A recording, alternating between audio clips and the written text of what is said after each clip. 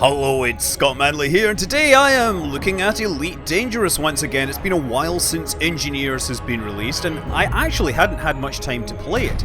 So since there's been a number of developments and a rather interesting long-range challenge, I pretty much spent last weekend flying around the Elite Dangerous universe. First of all, I went and paid a visit to many of the engineers. For example, the Dweller. The Dweller exists out in a place called Blackhide. He's on the surface. The planet is an airless rock with about 0.8 Gs of gravity, and well, I was going to pay a visit to try and figure out what he really wanted to let him do any work for me. So yeah, what's been going on? Of course, there has been a lot of interesting stuff going on as regards the barnacles and the alien probes. We'll talk more on that later. Ooh, listen to that sound, man. Okay, once again, I'm making the mistake of talking over the sound. Let's do this. Landing gear deployed. Excellent. Touchdown. This is of course my Asp Explorer. It's set up for jump range and pretty much nothing else, which means it's a little Docking procedure completed. Ship secured. Greetings, Commander. my Asp is a little underrated when it comes to planet side thrusters. Okay, so we go to the engineer's workshop, and what does he say? He says he wants money. He just wants 500,000 credits, which is a lot to some people, but at this point I have been a veteran trader, smuggler, depending upon who you talk to. I've got myself about 100 million, so this is fine. Now he is going to be able to upgrade my power distributor and my burst lasers. But of course, to do that we need to have the right bits and pieces. So for example, this high charge capacity power distributor will need sulfur, zinc, and electrochemical arrays. Some of those are found on mineral deposits on the surface of planets, others are found floating around in space. But I wasn't that interested in power distributors. Instead, I decided to head out to Longsight Base, owned by Elvira Martok. And yeah, remember what I was saying about those thrusters being a little weak? I rolled onto my side and my lateral thrusters were insufficient to counteract the force of gravity, which meant I fell towards the surface. Oops. But regardless, we get there, we can fix it. There's an engineer here who I think will know how to fix the stuff.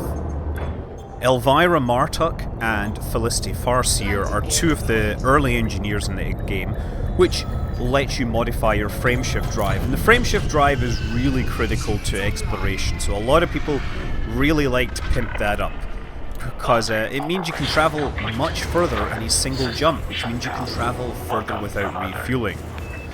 So, oh well, looks like I have to repair my spacecraft, and refuel it is relatively cheap in comparison, but in the engineer's workshop, what does she want? She wants something called the exotic and unusual Soontil relics. I knew that. I had to go to another station to pick them up and fly them back here. So there we go. Frame shift drive.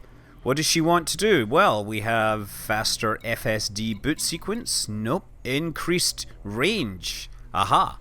So for that I need some interesting loot and bits and pieces, and of course different levels, higher levels need better materials, more materials, and of course a better reputation with Ms. Elvira. Well, one of the first things on the list I needed was chemical processors, and those are generally found floating near wrecks, or, well, inside other spaceships, but equally you can find them in the wrecks of dead spaceships. Private data beacon. What's that? We can get into it. It looks like the remains of a spaceship, but they are material, chemical processors. So, time to break out the cargo scoop. In the original Elite, the cargo scoop and the fuel scoop were exactly the same upgrade.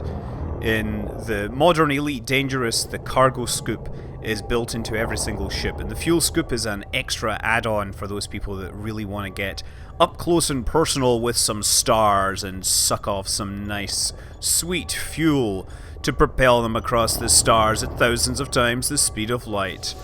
And chemical processors, that's one of them.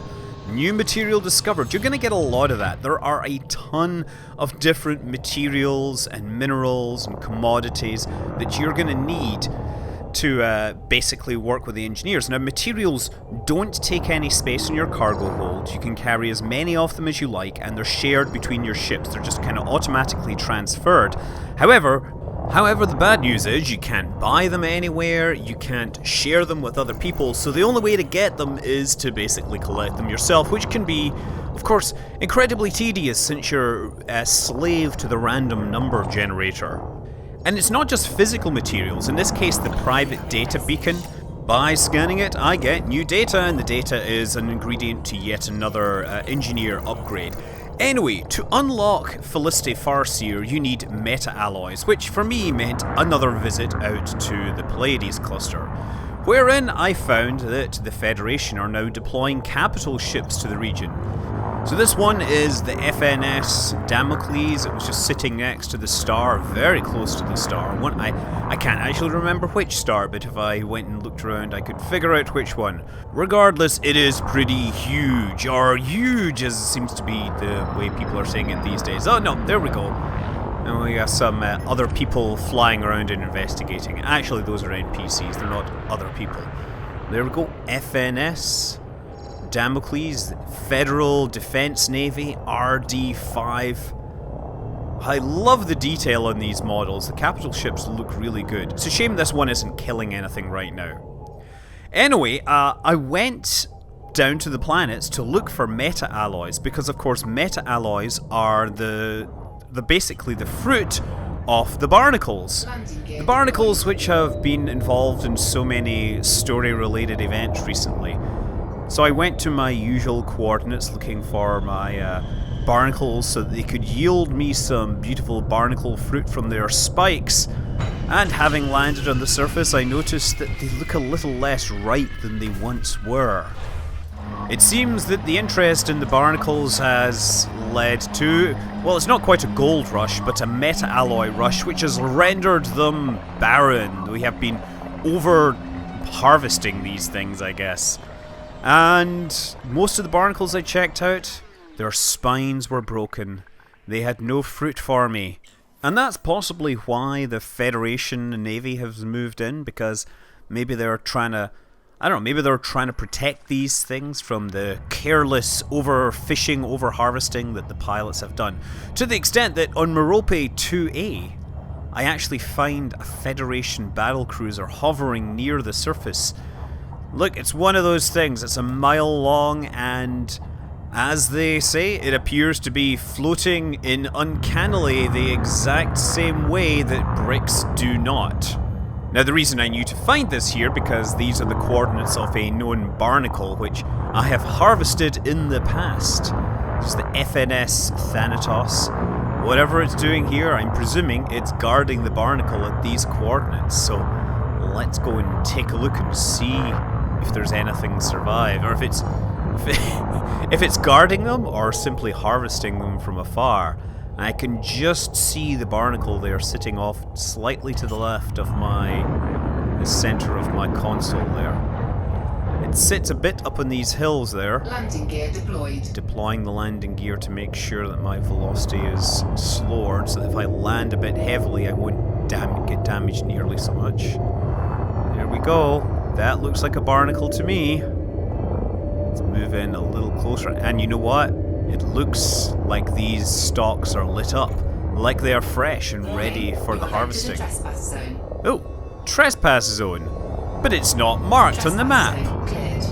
That's rather disconcerting. Also, it appears there are some skimmers here. But the fact that they've deployed means that I can shoot them from my spaceship. You can't target skimmers, but you can still shoot them using those very carefully targeted burst lasers in this case. I have gimbaled burst lasers, but since I can't target these things, I can't track them.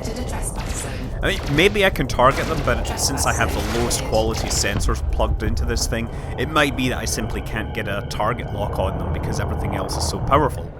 Anyway, having dispatched the guards, it's time to head up and check out what's up with this barnacle. So yeah, in other interesting, mysterious news, of course, the I don't know, the alien probes, the unknown artifacts have been observed to emit a new behaviour. One smart pilot found one. They're very hard to find. Very limited numbers have been found. And he fired his discovery scanner at it. And after that, it basically emitted an audio signal which contains, well, in spectrographic form, a rather interesting diagram. Anyway, it seems that I had finally found an unharvested barnacle and proceeded to collect that all-important meta-alloys. But out of respect for all the other barnacles that had been laid barren, I decided to collect nothing more. I decided to leave the unharvested spikes, the immature spikes, unharvested, instead of collecting the minerals that I would usually have been collecting from them. Of course, as it turns out, after doing all that, apparently there's a place you can just buy it now. Out in the Pleiades cluster, there's a base that will supposedly sell that. At least, I read that afterwards. Also, incidentally, after shooting up the Sentinels and everything else, that battlecruiser wasn't particularly interested in shooting me, so good news on that. But taking my meta-alloys in hand, I head over to Farseer Incorporated, run by Felicity Farseer, explorer extraordinaire.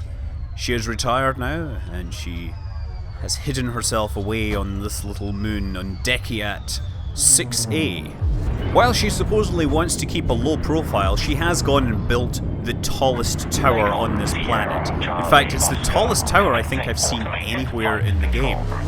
At least the good news here is that the gravity is 1/10 of what it was at Elvira Martuk's place, so less chance of crashing into the ground and smashing up my spaceship. So yes, Felicity Farseer. She requires meta-alloys to unlock, and she will also do frameshift drive modifications up to level 5. She does some other stuff better, some other stuff worse, and well, notably is a little closer to the centre of the bubble. Felicity Farseer is a legendary explorer who engineered her own improvements to her Asp Explorer early in her career. What do you want worked on? And pretty much, yeah, she has the same things. I'm not even sure if these percentages have changed a little. One thing worth noting is that I need something called atypical wake disruption, whatever, echoes.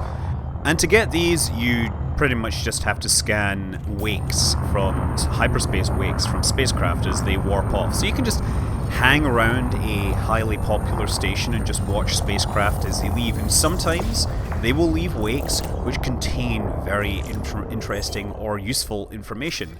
Atypical disrupted wake echoes. Again, you're pretty much slave to the random number generator. You can, although you can appreciate, I guess, watching the traffic come to and fro, watching Blarney McDuff charging the friendship drive and then disappearing off to infinity in their Orca. That Blarney McDuff. The only thing about chasing Blarney McDuff is you have to be moving pretty fast, and the moment they warp, you're going too fast to actually slow down in time. Flight control out. Get to listen to the space traffic control. They seem to be a little unhappy with you deploying weapons hardpoints, but that's what you have to do to make your scanners work. Blarney McDuff, where did you go? You went to LFT 926, and for some reason your drive has eccentric hyperspace trajectories. Well, after a bit of exploration, I did in fact manage to unlock all the stuff for the first tier of frameshift drive upgrade, and I decided against it. You see, both Felicity Farseer and Elvira Martuk can have your level with them upgraded by turning in exploration data. So I went on a little exploration trip. I actually decided to scan all the bits of the Maya and various other Pleiades systems, including the black hole, which is Maya B. Ended up getting jumped on by Conrad Marburg in a Sidewinder, who actually gave me a run for my money despite me having pretty good weapons. Wow. Yeah, you can see him burning through my shields, despite the fact that I had a more powerful ship, more powerful shields. In the end, I rammed him to death, but boy, he took 30% off my hull. Anyway, one of the nice things about Horizons now is that because they drop materials, there's stuff to scoop, there's rewards that you have some use for now, not just canisters which are going to be illegal salvage. Anyway, I settled on going for the Tier 3 FSD range upgrade, and for that I need something called modular terminals, and the only way to get modular terminals was a mission, or at least I looked around, and the first mission I found that had modular terminals was an assassination mission. So really this is an exploration ship. I'm not well equipped for it, but I thought, let's go for it. Ended up encountering the dude, Colin McCulloch. He's mostly harmless in his Viper Mark III, but he did bring a friend. Regardless, he for some reason didn't figure out how to turn towards me, mostly because I was turning around his interior, and I pretty much just tore him to pieces rather quickly. Also, for bonus points, he was wanted in this system and therefore had a bounty on him, which helps just a little more in terms of financial compensation. So anyway, modular terminals actually take up space in your cargo bay. They're a real commodity that is going to take space in your inventory.